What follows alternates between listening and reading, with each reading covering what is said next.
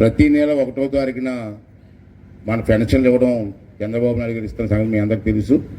అయితే ఈరోజు ఒకరోజు ముందే ఇస్తున్నాం. ఎందుకంటే రేపు ఆదివారం వచ్చింది. ఆదివారం అంటే ఆఫీసులు అందరికీ సెలవు ఉంటుంది కాబట్టి చంద్రబాబు నాయుడు గారు ఒక రోజు ముందే ఇచ్చామని చెప్పారు. అంచేత నేను రాత్రి అనకాపల్లిలో ఒక కార్యక్రమంలో ఉండి కూడా రాత్రి వచ్చి ఈ కార్యక్రమానికి ఇక్కడ రావడం జరిగింది. మీ అందరికి తెలిసిన విషయమే.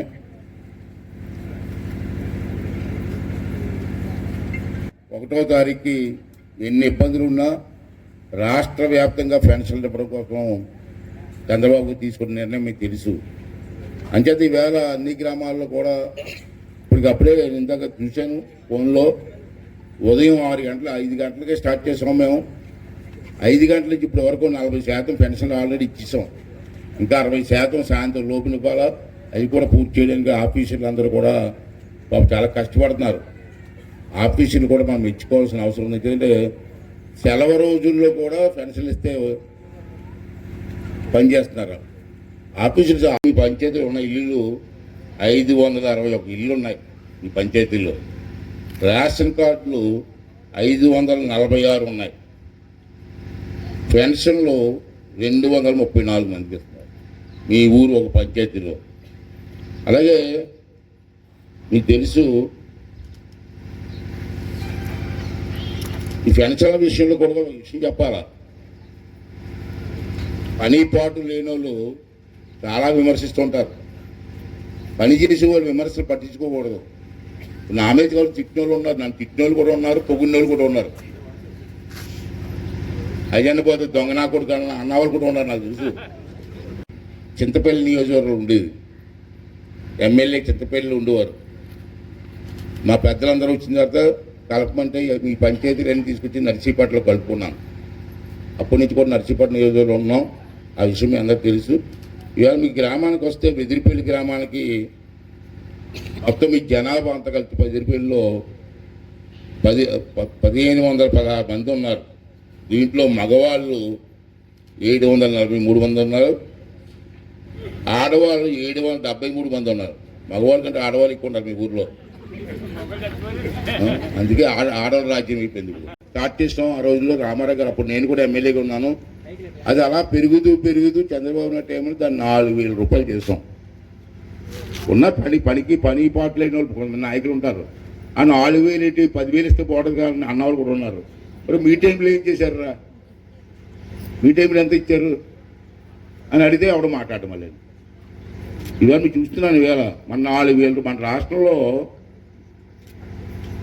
వృద్ధాప్య పెన్షన్ 4000 ఇస్తున్నాం.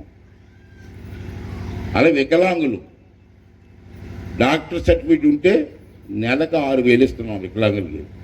మీ ఊళ్ళో కూడా ఒకరికి ఇచ్చాను నేను. అలాగే మెడికల్ పెన్షన్ 100% కూడా నడవలేని పరిస్థితిలో ఉండి మంచం మీద ఉంటే మంచం కూడా దిగలేని పరిస్థితులు ఉంటారు కొంతమంది. అటువంటి వాళ్ళకి చంద్రబాబు నాయుడు గారు 100% ఉండి డాక్టర్ సర్టిఫికేట్ ఉంటే 15,000 రూపాయలు ఇస్తున్నాం కూడా ఉన్నారు. సరే ఇవన్నీ మనం పట్టించుకోకూడదు. మనం ఉన్నంతకాలం ఏదో చేయాలని తపంతో ఉన్నటువంటి ప్రభుత్వం ఈ ప్రభుత్వం, చంద్రబాబు నాయుడు ప్రభుత్వం. ఒక విషయం చెప్పాలి నేను. ఏంటంటే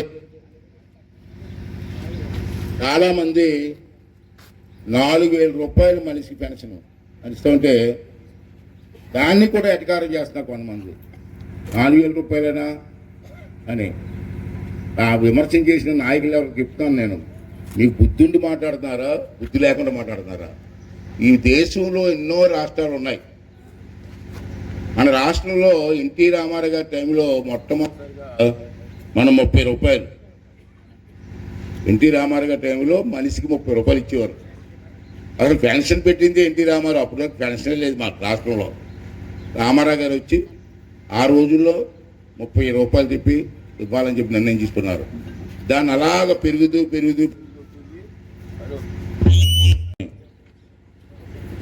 బాబు ఈ ఊరికి ఏమైనా జరిగిందంటే తెలుగుదేశం టైంలో నేను జరిగింది. నాయకుడి మాట్లాడిన నాయకుడు ఎవరు నువ్వేనా? తెలిసా కూడా నేనే వేసాను. గుమ్మిడిగో ఎదిరిపోయిన గుమ్మిడిగొండల బ్రిడ్జి కొట్టిన రోజు వచ్చిందని తెప్పి కూడా జరిగింది. ఎక్కడ జరిగిందే? ఇది చెప్తాను ఎంత ఇచ్చాను. నేను మొన్న ఎమ్మెల్యే అయిన తర్వాత, ఈ మధ్యన ఎమ్మెల్యే అయిన తర్వాత మీ వెదిరిపేట గ్రామానికి 3 రోడ్లకి 88 లక్షలు ఇచ్చాను. 88 లక్షలు. ఈ పని పూర్తి చేసేటప్పుడు మీరు పని కూడా అయిపోయింది. ఇప్పుడు ఆత్మవర్మానంలో సీసీ అది అన్నా చేసుకోదు. ఇప్పుడు మళ్ళీ వెదిరిపల్లికి ఇప్పుడు మళ్ళీ పోయిన 15 రోజులు 20 రోజులు అయింది, మళ్ళీ 12 లక్షలు ఇచ్చాను. మీ ఊరికి ఎంత అయింది మొత్తం? 80 లక్షలు, 12 లక్షలు, 3 రూపాయలు 2 నెలల్లో ఇచ్చాను.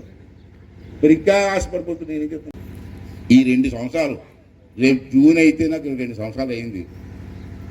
ఈ 2 సంవత్సరాల్లో ఎంత ఇచ్చానో మీకు ఎవరికైనా తెలుసా? దానికని ఇంత లెక్కేసి ఎంత? ఈ 2 సంవత్సరాల్లో 411 కోట్లు ఇచ్చానయ్యా నర్సీపట్నం నియోజకవర్గానికి. ఈ చరిత్ర కదా.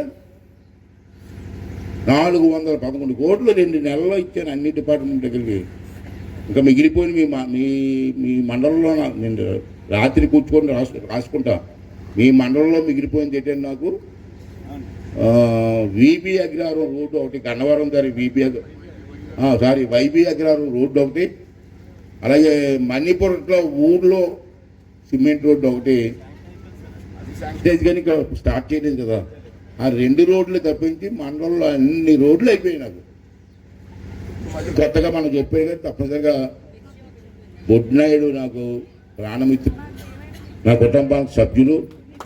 అంతేదా బొడ్డినాయుడు గారు కుటుంబం నుంచి కానీ బొడ్డినాయుడు ఊరి నుంచి ఏవి అడిగినా ఇవ్వడానికి నేను ఎప్పుడు సిద్ధంగా ఉంటానని చెప్పి ఈ సందర్భంలో మీ అందరికీ కూడా మనవి చేస్తూ, అలాగే ఇవాళ చూశారు